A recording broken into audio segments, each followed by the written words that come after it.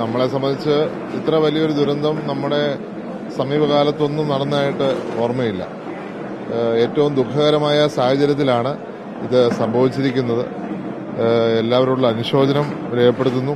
പക്ഷേ നമ്മുടെ സ്വന്തം സഹോദരങ്ങൾക്ക് ഈ ഒരു അനുഭവം എന്തുകൊണ്ട് സംഭവിച്ചു എന്നുള്ളത് അത് സർക്കാർ അന്വേഷിക്കുന്നുണ്ടായിരിക്കും, അവിടുത്തെ സർക്കാർ അന്വേഷിക്കുന്നുണ്ടായിരിക്കും തീർച്ചയായിട്ടും. പക്ഷേ നമ്മുടെ പ്രവാസി സഹോദരങ്ങളുടെ ജീവിത സാഹചര്യം മെച്ചപ്പെടുത്തേണ്ടതിന്റെ ഒരു ഏറ്റവും വലിയ ഒരു എക്സാമ്പിൾ എന്ന് പറയാൻ പറ്റത്തില്ല.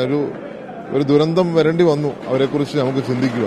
അപ്പോൾ കൂടുതൽ പേരെ എങ്ങനെ നമുക്ക് കൂടുതൽ സംരക്ഷിക്കാം എന്നുള്ളൊരു ചോദ്യം, ഒപ്പം പ്രവാസത്തിലേക്ക് കൂടുതൽ ആൾക്കാരെ വിടാതിരിക്കുവാനുള്ളൊരു സാഹചര്യം, നമ്മുടെ നാട്ടിൽ തന്നെ ജീവിക്കാനുള്ള സാഹചര്യം ഒരുക്കണം എന്നൊക്കെ ഓർമ്മപ്പെടുത്തുന്ന ഒരു അവസരം കൂടിയാണ് ഇത് എന്നുള്ള കാര്യം സംശയമില്ല. എന്റെ മണ്ഡലത്തിൽ നിന്ന് ഒരാളുണ്ട്, തൊട്ടടുത്തുനിന്ന് ഞാൻ ഒരാഴ്ച മുമ്പ് അദ്ദേഹത്തിന് സഹായിച്ചിരുന്നു കുവൈറ്റിൽ പോകാനായിട്ട്.